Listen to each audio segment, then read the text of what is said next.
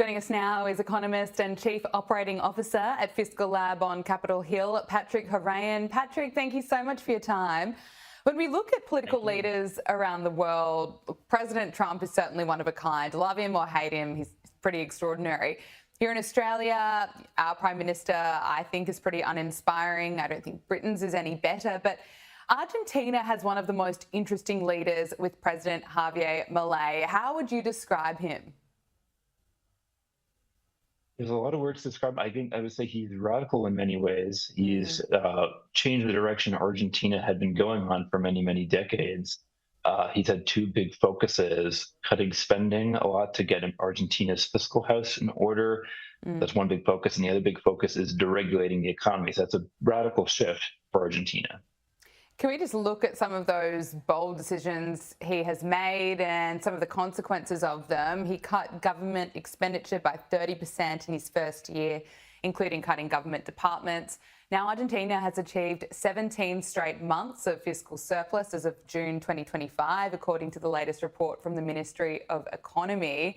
And it's dramatically reduced the rate of inflation, going from a monthly rate of around 25% in 2023 to less than 2%. Can you talk to us about this? Sure. As you say, inflation in June was about 1.6%, and it was somewhere in the previous month, in the month or so before that. So inflation was very high when Milei first took office at the end of 2023. It then continued to rise, but then it peaked and it has fallen substantially. So on a month-over-month basis, it's about 1.5% to 2%. That's high for more developed, wealthier countries, but that's very good for Argentina. And on a year-over-year basis, inflation is 39%. Still very, very high, but keep in mind, Argentina's inflation wave had peaked at about 300% shortly after he took office. So they made tremendous, tremendous progress. And given that he's running these budget surpluses, as we have pretty good reason to be optimistic, inflation can continue to trend in the right direction. And some of his decisions, he describes it as taking a chainsaw to government regulations. This has also led to a decline in the poverty rate in Argentina. Is that right? It has, yes. So inflation has fallen a lot, as I've said, and real wages have risen.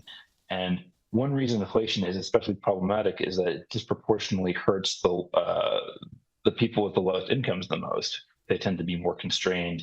They have fewer substitutes. When inflation kicks in, it's hard for them to find cheaper alternatives when the price of the things they buy rises. So they benefit considerably from that. So as you say, poverty has fallen a lot. I think a lot of that has to do with the falling inflation. It's still fairly, there's still high poverty in Argentina. Urban inflation is still about 30%. So there's still a lot of room. Argentina still has a long way to go, but it's been making considerable progress over the past year and a half. Looking at his approval ratings, a recent poll found that his approval rating stood at about 44% last month. What do you make of that result? How do people of Argentina feel about him? Yeah, there are people who like him and people who don't like him. That's relatively good for leaders around the world. I think it may have dipped a little bit over the past few months, but it's nowhere near as low as some other leaders across the world.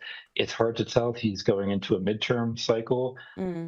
It's not uncommon for a midterms for the opposition party to gain a little bit, but I would say his popularity is fairly stable though, and there are people who don't like him, but I think there are also people who see there are a lot of problems in Argentina, and what he's doing, yes, there's pain in the short run, but you have to consider the short run pain will lead to long run prosperity. We're starting to see that already. As poverty has fallen a lot, inflation has fallen.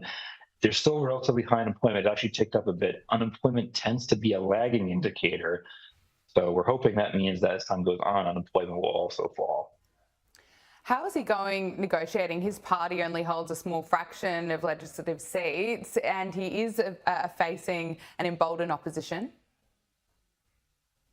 He is, yes. So it's in some of his powers that he had through a law from a year or so ago, that's come to an end. So it might be a little more difficult to keep up with his agenda. It's possible, on the other hand, that as people grow to realize, hey, Molei's policies haven't seem working out, maybe he'll get some more momentum. It's a little hard to tell right now. say in the next 12 months, will he be able to be as productive as he was in the first year of his administration? He faces re-election in December 2027. Will he run again? I don't know. That's beyond me. Do you think he'd win? Well, I think he's made a lot of progress, and things could change in the next couple of years. I think he's turned things around considerably, and I think really getting inflation under control is really that's one of the biggest problems in Argentina. He's done such an excellent job with that so far. Inflation is really a government policy choice. It's a hard policy choice to get under control once you're used to high inflation. Getting the economy to grow well enough for unemployment to be low, that's not really the government's job. It's really private markets. That's their job, but they can do that best when they're unencumbered. And Malay's gotten rid of a lot of bad regulations that are making it difficult to do business. I think between those two things, there's a lot of reason for people to, as time goes on, realize, oh, a lot of these policies seem to be working out. So it's very possible that come re-election time, people might say, actually, yeah, let's keep this going. He recently announced a reduction in export taxes on poultry and beef and corn, which was requested by Argentina's agricultural sector. Let's just take a listen. Para tener un orden de magnitudes, esto redunda en una reducción de retenciones de las alícuotas para las cadenas de granos del 20% y una reducción de retenciones en la cadena de ganado y carnes del 26%, que será permanente. Estas reducciones son permanentes y no tendrán vuelta atrás mientras que yo esté en el gobierno. Pero es muy importante tener presente que todo esto es posible únicamente gracias al superávit fiscal que hemos conseguido, al cual cuidamos como agua en el desierto ante los embates sistemáticos de la casta política. So he says this results in a 20% reduction in export tax rates for grain supply chains and a 26% reduction in export taxes for livestock and meat supply chains. And of course, he says, long live freedom, long live freedom. But what difference will this make? I think it should be a boon to the agriculture industry in Argentina. Agricultural products are big exports from Argentina. And Lloyd pointed out, he's only able to do this because of the fiscal surplus that his government has been running. Because they embrace fiscal conservatism, fiscal rectitude, they have more room to cut taxes in other areas. And it's an example of a tax that wasn't so good for the economy. It was a tax that favored government. The government liked it, brought in revenue, but agricultural exporters didn't like that. So, and again, I think this is the kind of tax cut that would be very good for the Argentine economy and make it more competitive internationally. Javier Milei was one of the first leaders to meet Donald Trump in person after Trump's election victory in November last year. Now the US is lifting visa restrictions, which will allow citizens from Argentina to travel to the US for tourism or business without having to apply for a visa in advance. What do you make of that, and how would you assess his relationship with Donald Trump at the moment? You know, it seems to be pretty strong. Yeah, I think ease of travel for tourism or business, I think that's a good thing. I think for both countries, if it goes both ways, I think greater certainty is good. Making business easier is good for the economies of both countries. I don't know if it makes a huge dent statistically for boosting GDP or output or any other metric in those countries, but I think it's a good sign of friendliness between the countries.